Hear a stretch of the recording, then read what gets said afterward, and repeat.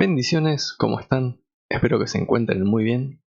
Y en el día de hoy, gracias a Dios, llegamos ya en nuestra lectura total de la palabra de Dios al libro de Crónicas. En esta oportunidad quería hacer algo distinto a lo que venía haciendo, ya que el libro de hoy es muy parecido al que vimos en los videos pasados, Primera y Segunda de Reyes. Y si alguna vez pensaste que Primera y Segunda de Crónicas eran solo una repetición, quédate porque hoy vamos a descubrir qué diferencias hay entre Reyes y Crónicas y sobre todo vamos a enfocarnos en esos capítulos y detalles que aparecen exclusivamente en Crónicas y que no vimos en los libros de Reyes. Primero, tenemos que entender algo clave. Los libros de Reyes y Crónicas cuentan muchas historias en común, sí, pero el propósito de cada uno es distinto. Reyes, por un lado, nos muestra la historia completa de los reinos de Israel y de Judá. Pone mucho énfasis en la idolatría, en los errores de los reyes y en cómo el pueblo fue llevado al exilio por apartarse de Dios.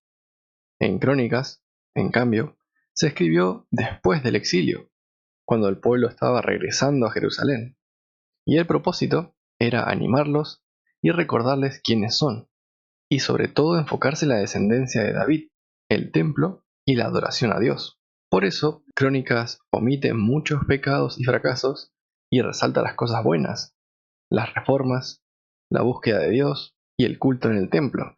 Es como si Dios estuviera diciéndoles a su pueblo, a pesar de todo, mi plan sigue en pie.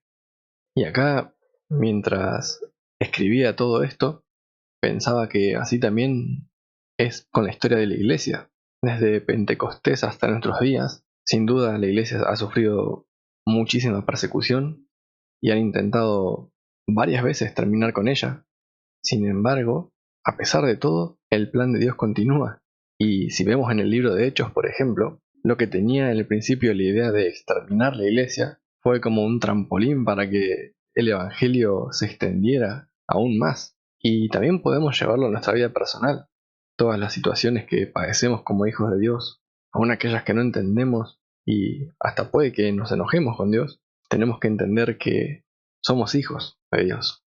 Somos amados por Dios y tenemos que creer lo que la Escritura revela, que Dios es soberano y que, como vemos acá, todo forma parte de un plan más grande. Nosotros vemos la obra de Dios desde abajo y no entendemos bien lo que está pasando, pero arriba está Dios y Él sí sabe lo que hace. Así que retomando el tema, ¿qué cosas aparecen en Primera y Segunda de Crónicas que no hayamos visto en Reyes? Primero, Crónicas comienza con 9 capítulos de genealogías, desde Adán hasta David. Muchos tal vez los pasan por alto, y debo admitir que, excepto algunas veces que propuse en mi corazón leer la Biblia desde Génesis hasta Apocalipsis sin saltearme nada, varias veces me he encontrado con estos capítulos y sin duda los he tenido que pasar por alto. Pero para los judíos que regresaban del exilio, conocer estas genealogías era fundamental. Les recordaba su identidad, que eran parte del pueblo de Dios y que venían de la línea de Judá, de la cual vendría el Mesías. Lo segundo es un detalle hermoso que no aparece en Reyes. Hay un hombre llamado Jabes que hace una oración sencilla pero muy poderosa. Dice en Primera de Crónicas 4 del 9 al 10: Oh, si me dieras bendición y ensancharas mi territorio, y tu mano estuviera conmigo. Y obviamente Dios le escucha y le concede lo que pide. Lo tercero son los preparativos de David para el templo. Reyes nos cuenta que Salomón construyó el templo, pero Crónicas nos muestra algo que Reyes omite. David preparó todo antes de morir. Reunió materiales, estableció a los levitas, músicos y porteros, dejó instrucciones claras a Salomón y antes de partir hizo una oración impresionante reconociendo que todo proviene de Dios. David sabía que no vería el templo terminado, pero trabajó para dejarlo listo. ¿Y qué nos enseña esto? Que a veces no veremos el fruto completo de nuestro esfuerzo, pero eso no significa que no sea importante. Nunca sabemos el impacto que podemos llegar a tener en esta vida, nuestras oraciones, las veces que hemos compartido el Evangelio, las veces que hemos impartido consejos de parte de Dios. Y probablemente de todo eso nosotros veamos solo un pequeño porcentaje de lo que en verdad está sucediendo detrás. El cuarto punto que podemos ver en este libro es la organización detallada de los levitas y los músicos. encontramos algo que tampoco está en Reyes, una descripción completa de cómo David organiza a los levitas, porteros, jueces y músicos.